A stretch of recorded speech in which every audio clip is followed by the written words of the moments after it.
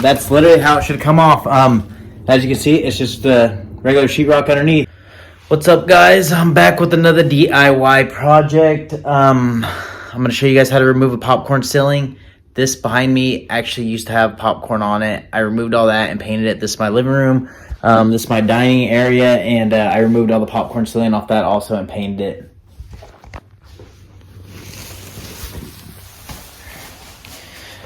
So, removing a popcorn ceiling is actually very, very simple.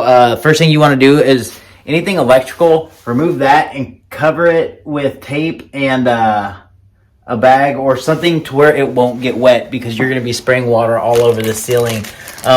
I just used the baggie, cut it off, taped around it. And removing a popcorn ceiling is really similar to painting a room. Just tape off and cover everything that you do not want to get wet. So you're pretty much sitting in a plastic bag. Something I will tell you that I have learned is this bottom part that you're going to be putting a plastic bag over, or plastic that you're going to be covering with plastic, your flooring. When you're going around your edges, here, let me get out here real quick so I can show you exactly what I'm talking about. Oh shit. Like I said, you're going to be using a lot of water, so that bottom piece, you actually want to bring that up and tape it to the outside edges. So when you're spraying this inside down, all the water that comes down off the edges this thing kind of forms a bowl.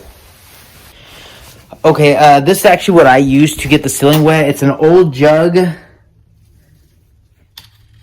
It's a weed and grass killer jug. It's completely empty. I washed it out and just filled it with water. But some people use a power sprayer. I'm not against using a power sprayer. I tried using a power sprayer, but that is a ton of water, and everything is going to get very, very wet. This way it takes a little more time, but it's a little cleaner. By the way, if you try to remove this popcorn ceiling and you do it dry, there's going to be dust everywhere. I do not recommend that. So by using this, you're actually just going to walk around and spray this everywhere. You're going to get the ceiling extremely wet. It takes a little more time. Like I said, you can use a power sprayer, but it's going to get everything really, really wet. This still gives you enough water, but doesn't get everything soaking wet. And you're going to go over this entire ceiling a couple times until it's wet. Like super, super wet. That's why it's important to cut the bottom. And I recommend having a ladder just for those hard to reach places, or if you have really high ceilings. Alright guys, you're going to know if it's nice and wet or not. The thing is, you want to have it somewhat decently damp, because it should come off almost like a drywall mud when you scrape it. You're going to use just a regular drywall scraper to take it off. I'll show you what it is right now. Actually, just one of these. I've tried using the plastic one. The plastic ones don't work too well. The metal ones do work well. And you'll know right away if you have it wet enough or not, because it should just come right. Actually, yeah. That's literally how it should come off.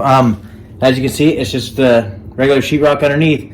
I'm going to go through and do all this. I'll show you when I'm done. When you make sure it's nice and wet, if it's dry underneath, you'll know it'll start chipping off. It'll be like dust, kind of powdery. And you want to avoid that, or your entire house just going to be super dusty. Even with it all sealed off with bags or with plastic wrap everywhere, it's still going to be super dusty in your house. So make sure your ceiling or the popcorn ceiling is nice and damp. Alright guys, I actually just finished removing all the popcorn ceiling. You're going to see a few small gouges like that right there. When you have those gouges, you're actually going to have to go back and fix all that with drywall mud. But for the most part, as long as you're not gouging at certain spots, it shouldn't be too much to fix. Anyways, if you like this video, if it helped you out, if it saved you any money, make sure you hit that subscribe button and the like button, and leave a comment if you would. That'll help the channel. Thanks. Oh yeah, by the way, if there's anything you want to see done, I bought an old house. I'm fixing it up. If there's anything you want to see done, let me know in the comments, and more than likely I'm willing to do it. Thanks.